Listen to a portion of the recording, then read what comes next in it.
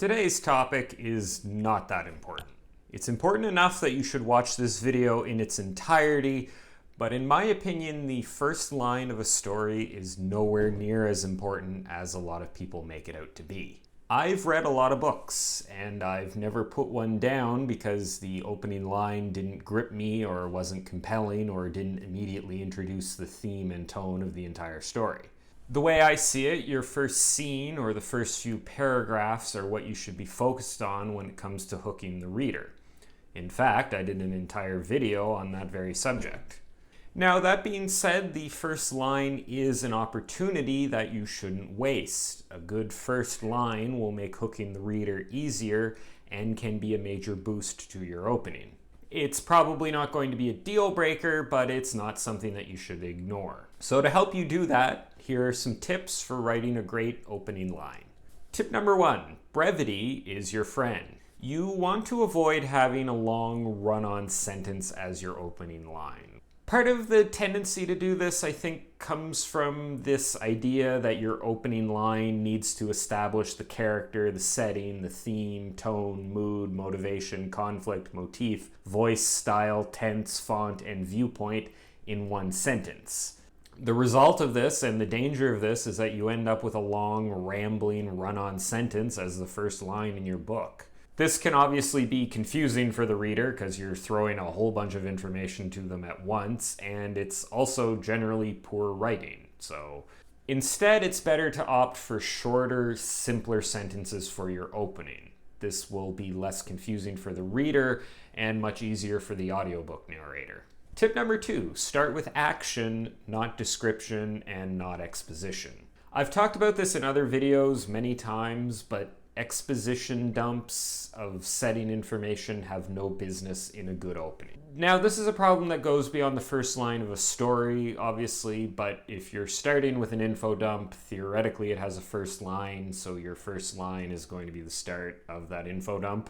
The same thing goes for description. Leading with a few sentences of character description is usually not a recipe for a good opening, unless it's directly relevant to what's happening in the first scene. It's much better to start with a character who's actively doing something or seeking something. I always like to start with a character desperate to either pick something up or put something down. Starting with action gets the reader into the story a little bit quicker, it gives them something to be interested in, and it helps with the flow of the opening.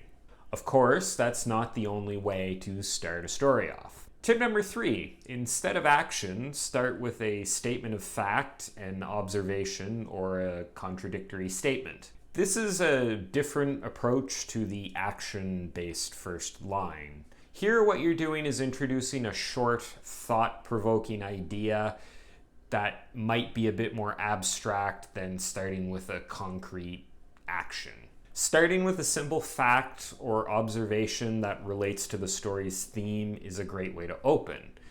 It skews a bit more literary, perhaps, but that's not always a bad thing. Now, if you are going to go this route, I would make sure not to spend too much time musing about whatever you're going to muse about, and make sure you get quickly to the character and the action in your opening. You want to pique the reader's interest with a thought-provoking idea and then get to the story, which will hopefully fully capture their interest. And as you can probably guess, what that idea is going to vary with the story. Tip number 4, think about your story's tone and mood. Now, I mentioned before that your opening doesn't need to and shouldn't try to establish tone or theme or any of the larger ideas for the entirety of the story. I mean, my God, it's only one sentence. What do you expect it to do? Nevertheless, you should think about what tone your opening line conveys and make sure that it's the right one for the rest of the story. Not every opening will imply tone, but if it is implying tone, it should be the right one. For example, if you have a really humorous opening, but the rest of the story is more sullen and morose, that could be a problem. This can lead to a violation of reader expectations and might sour them on the rest of the story. Your opening line doesn't need to establish the tone for the rest of the story, but it shouldn't actively conflict with it. It should either be neutral in tone or in a tone that matches the rest of the story. If you've been sitting there saying, what the hell is tone? I have a video on that you can go watch. Speaking of saying things, tip number 5, don't start with dialogue. Dialogue is a tricky thing. You need to convey the emotion and tone of how things were said. You need to clue the reader into who is actually saying the dialogue. There's all kinds of information that the reader needs in order to interpret the dialogue correctly. And they don't have all that information if they just cracked open your book. That's why starting with a line of dialogue can be problematic. There's always an element of uncertainty for the reader in the opening. They don't know the characters yet, they don't know the setting, they don't know the plot, they don't know anything. One of the jobs of the first line is to ease the reader into the environment of the story, and you want to place as few obstacles in front of them as possible. Dialogue, because of its inherent complexity, is another barrier to that reader getting into the environment. It's another thing that the reader needs to figure out. Instead, it's better usually to ease them into the scene first, show them the character, maybe show them a bit of the setting, show them what's going on before anyone starts flapping their gums. You can certainly have dialogue in your first scene. Most of the time, though, it's better to establish who is speaking and what they're doing before they actually start speaking. Of course, rules are usually meant to be broken. Tip number 6, if something works, then ignore everything I just said. Writing is one of those things where there are no rules while there are simultaneously a bunch of rules. Those rules, if you follow them, usually result in something that works, and if you break them, it usually results in something that doesn't work. But occasionally, you'll have a piece that will work despite breaking all of those rules. There may be situations where going against the usual doctrine around openings is the best choice for your story. Now, I would be careful with this, obviously, but it's something to remember.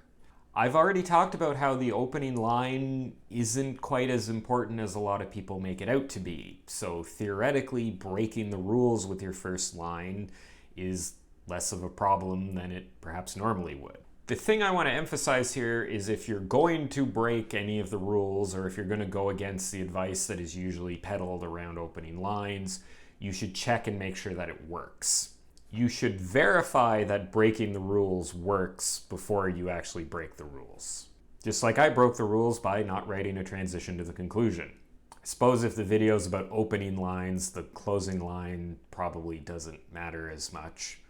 Anyway, I hope you enjoyed this video and found the advice in it useful. If you want to see more stuff like this, you can check out all my other writing advice related videos and subscribe to my channel. I post new videos every Wednesday. Thanks for watching, and I'll see you next time.